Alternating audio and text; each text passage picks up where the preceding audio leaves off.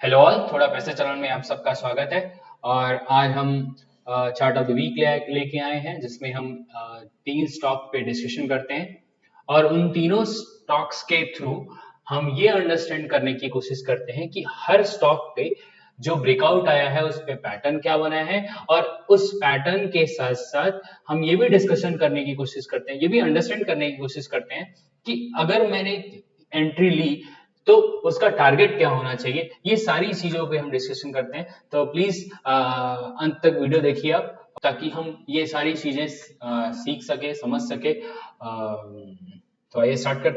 तो सबसे पहला जो स्टॉक है वो है शोभा रियलिटी। शोभा रियलिटी में जो पैटर्न बना है वो मैंने ऑलरेडी फॉर्म कर दिया है। आप 2 मिनट पॉज करके आप खुद से सोचिए कि ये कौन सा पैटर्न है। और ये हम इसलिए कर रहे हैं ताकि आपके अंदर भी ये चीजें बिल्ट हो। पैटर्न आप चार्ट देखते हैं, पैटर्न बता सको, आप अपने जो पोर्टफोलियो के स्टॉक हैं उनको भी आप देख सको, समझ सको। इसके लिए हम ये एक्सरसाइज कर रहे हैं। तो आइए स्टार्ट करते हैं। तो ये हो गया आपका ये जो पैटर्न है वो उस पैटर्न को कहते हैं इन्वर्टेड हेड एंड शोल्डर। सो ये आपका शोल्डर, लेफ्ट शोल्डर हो गया, ये राइट शोल्डर हो गया, और ये आपका हेड हो गया। Okay. So inverted head and shoulder जब भी कोई पैटर्न बनता है तो उसका जो जो टारगेट हम देखते हैं, जो टारगेट देखने का तरीका होता है वो यही होता है कि आप जो जिस में आपने ट्रेंड लाइन डाली है, ट्रेंड लाइन के राइट वाले छोर से आप उसके नीचे तक आप देखिए कि ये टॉप से बॉटम तक का जो प्राइस का डिफरेंस है वो कितना है। तो शोभा रियलिटी में अगर टारगेट देखा जाए तो ये ब्रेकआउट जो आया है वो 646 के आसपास आया है, और जो नीचे का अगर पॉइंट देखेंगे तो वो 416 है। तो डिफरेंस जो आएगा वो अराउंड 230। ओके। सो 230 पॉइंट ऊपर बंद देना चाहिए। यहाँ से 646 प्लस 230 876। सो 876 का टारगेट मेरे को दिखता है। और 876 अगर 3 से 6 महीने में अगर 876 आता है तो परसेंटेज टर्म में आप अगर देखें तो ये आपको 35% का रिटर्न दे सकता है। ये चीज आपको समझ में आ गई होगी। अगर नहीं आई होगी तो प्लीज वीडियो को पॉज करें, एक बार फिर से बैक करके देखें मैंने क्या क्या चीजें बताई है। तो इन्वर्टेड हेड एंड शोल्डर का पैटर्न का ब्रेकआउट शुभा में आपको मिला। और वॉल्यूम देखेंगे आप तो वॉल्यूम भी अच्छा खासा वॉल्यूम बन रहा है पिछले कई मंथ से। और ये पूरे रियलिटी स्पेस में बन रहा है, तो रियलिटी स्पेस जो है अच्छा करेगी, ऐसा ऐसा हम अनुमान लगा रहे हैं। नेक्स्ट जो स्टॉक मेरे को पसंद आया है वो है टीमलीज। सो टीमलीज ओपन करते हैं, और टीम लीज को हमने एकदम स्टार्टिंग लेवल पे पकड़ने की कोशिश की है। अभी ये चलने वाला है, उसके पहले हमने इसको पकड़ लिया है। तो ये ये एक पॉइंट है जहां पे हमने हमने इनको पकड़ लिया। और 2600 के आसपास का ब्रेकआउट आया। और इसका जो टारगेट, चूंकि कोई पैटर्न आप देखेंगे तो एक पैटर्न तो आपको डब्ल्यू पैटर्न यहाँ पर दिख जाएगा। ओके, ये एक डब्ल्यू पैटर्न। ओके। और डब्ल्यू पैटर्न का भी जो टारगेट देखते हैं वो नीचे से ऊपर तक, ये यहाँ तक, तो 2530 यहाँ से यहाँ पे देखेंगे तो 2000, तो इसके ऊपर 500, और आप मान लीजिए 2530, तो मतलब 3000 के आसपास का टारगेट मेरे को दिखता है। अभी यहाँ पे रेजिस्टेंस अगर देखा जाए तो वो भी 3000 के आसपास बना है। तो देखिए टेक्निकल कितनी स्ट्रांग चीज है, आप अगर समझ जाएंगे एक बार तो आपको लगेगा कि बस यही एक पॉइंट है जहां पे हमको प्रॉफिट बुक करना है, या फिर आपको अगर और रैली को राइड करना है तो आप एक छोटा सा स्टॉप लॉस लेके और उसको राइड करेंगे। बट आपका जो टारगेट निकालने का तरीका होगा वो बहुत ही स्ट्रांग हो जाएगा। आप हमेशा टॉप पे तो मैं नहीं कहूंगा, लेकिन एक अच्छे पॉइंट पे आप निकल भी जाएंगे। तो ये जो पॉइंट है देखिए 3030 यही एक मुझे लगता है कि एक टारगेट है। अगर आप 3 से 6 महीने का नजरिया रखते हैं तो 3 महीने में ये मुझे लगता है कि तो आप 2530 से अगर देखेंगे तो ये 25% का टारगेट दिखता है यहाँ से यहाँ तक।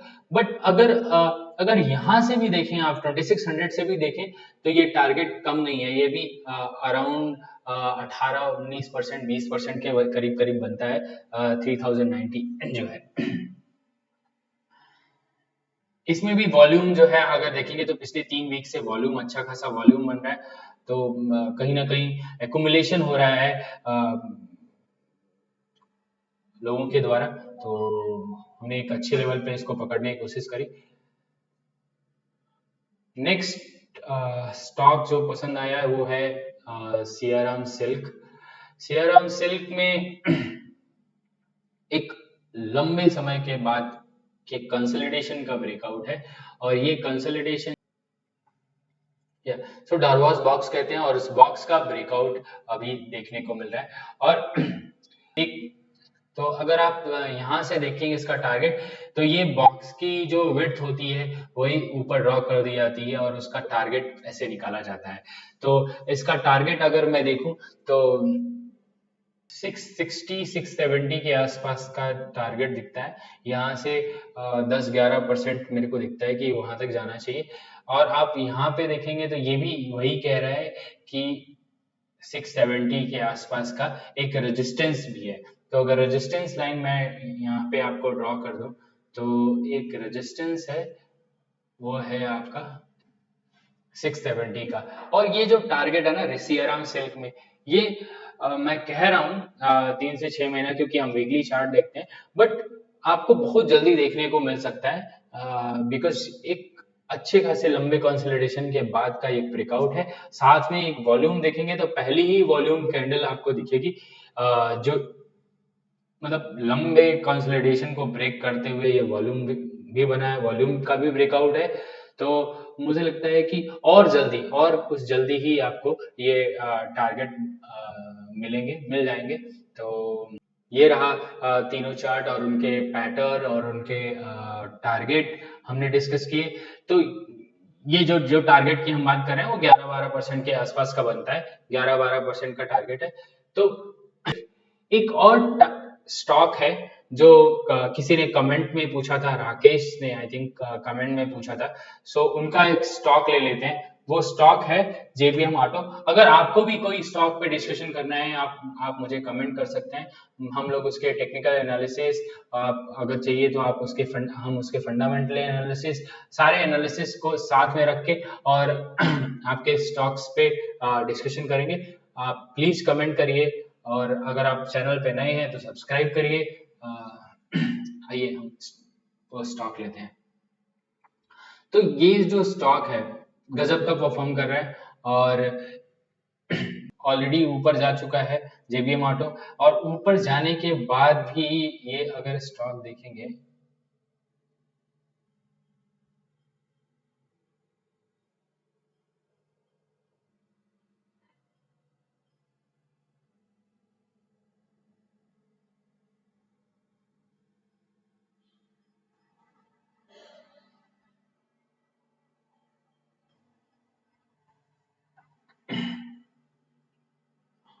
अब आपको समझ में आ रहा होगा, ये एक डंडी हो गई, ये फ्लैग हो गया। तो फ्लैग पैटर्न का भी ब्रेकआउट जेबीएम ऑटो में मिल चुका है।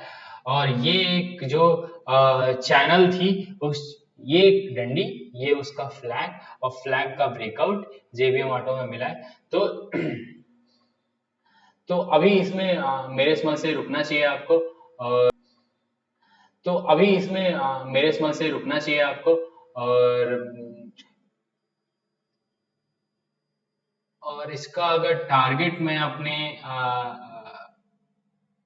अगर इसका मैं टारगेट देखूं तो मुझे लगता है कि यहाँ से भी 400-500 पॉइंट और ऊपर जा सकता है।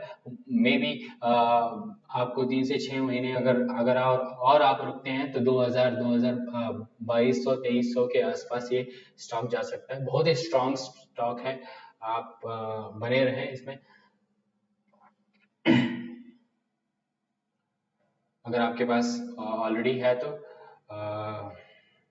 धन्यवाद।